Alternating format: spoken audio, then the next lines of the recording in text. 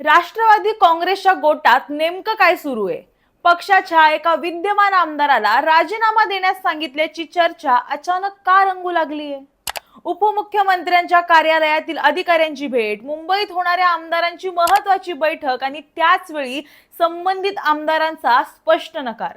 या सगळ्या घडामोडींमुळे राष्ट्रवादीच्या अंतर्गत राजकारणाबाबत अनेक प्रश्न निर्माण झालेत. विशेष म्हणजे ज्यांना अल्पसंख्याक समाजाचा प्रमुख चेहरा म्हणून विधान परिषदेत संधी देण्यात आली होती, त्याच इद्रिस नायकवडी यांच्या राजीनाम्याच्या चर्चांनी आता राजकीय वर्तुळात खळबळ उडवली आहे. जाणून घेणार आहोत याबद्दलच सविस्तर. नमस्कार, मी सारिका आणि तुम्ही पाहताय पॉलिटिकल महाराष्ट्र. राष्ट्रवादी काँग्रेस पक्षाच्या युवा नेतृत्वाकडून आमदार इद्रिस नायकवडी यांना राजीनामा मागण्यात आल्याची माहिती समोर येते. 15 दिवसांपूर्वी उपमुख्यमंत्री यांचे ओएसडी यांनी इद्रिस नायकवडी यांची भेट घेऊन राजीनामा देण्याबाबत पक्षाकडून सूचना देण्यात आल्याची माहिती त्यांना दिली. मात्र इद्रिस नायकवडी यांच्याकडून आपण राजीनामा देणार नसल्याची ठाम भूमिका मांडण्यात आली आहे.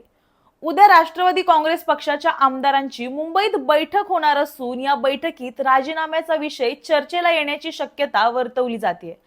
दरम्यान अद्याप आपल्याला कुठल्याही नेत्याकडून किंवा पक्षाकडून राजीनामा मागण्यात आला नसल्याचे इद्रिस नायकवडी यांनी एबीपी माझाशी बोलताना म्हटलंय. इद्रिस नायकवडी हे राष्ट्रवादी काँग्रेस पक्षाकडून राज्यपाल नियुक्त कोट्यातून आमदार आहेत.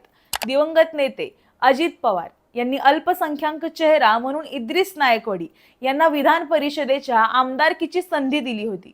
मात्र अजित पवारांच्या निधनानंतर आता पक्षातील नेतृत्वांकडून त्यांना राजीनामा मागितला जात असल्याची चर्चा राजकीय वर्तुळात आहे. त्याच संदर्भात उपमुख्यमंत्री सुनेत्रा पवार यांचे स्वीय सहाय्यक इद्रिस नायकवडी यांना भेटल्याचं समजतं. मात्र ओएसडी हे मंत्रालयात सातत्यानं भेटत असतात, त्यामुळे त्या भेटीचा राजीनाम्याशी संबंध जोडणं योग्य ठरणार नाही असंही बोललं जातंय. मला पक्षाकडून कुठल्याही प्रकारचा राजीनामा देण्याची मागणी करण्यात आलेली नाही असं इद्रिस नायकवडी यांनी स्वतः स्पष्ट केलंय. उपमुख्यमंत्री सुनेत्रा पवार यांच्याकडून अशी कुठल्याही प्रकारची सूचना आपल्याला यापूर्वी कधीही देण्यात आली नव्हती, त्यामुळे राजीनामा देण्याचा प्रश्नच येत नाही अशी ठाम भूमिका इद्रिस नायकवडी यांनी घेतली आहे. आता अल्पसंख्याकांचा चेहरा मानले जाणारे इद्रिस नायकवडी नक्की कोण आहेत?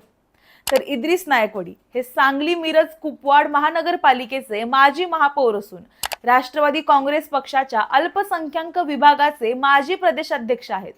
दिवंगत नेते अजित पवारांच्या नेतृत्वात राज्यपाल नियुक्त कोट्यातून 15 ऑक्टोबर 2024 रोजी त्यांची विधान परिषदेवर नियुक्ती करण्यात आली होती.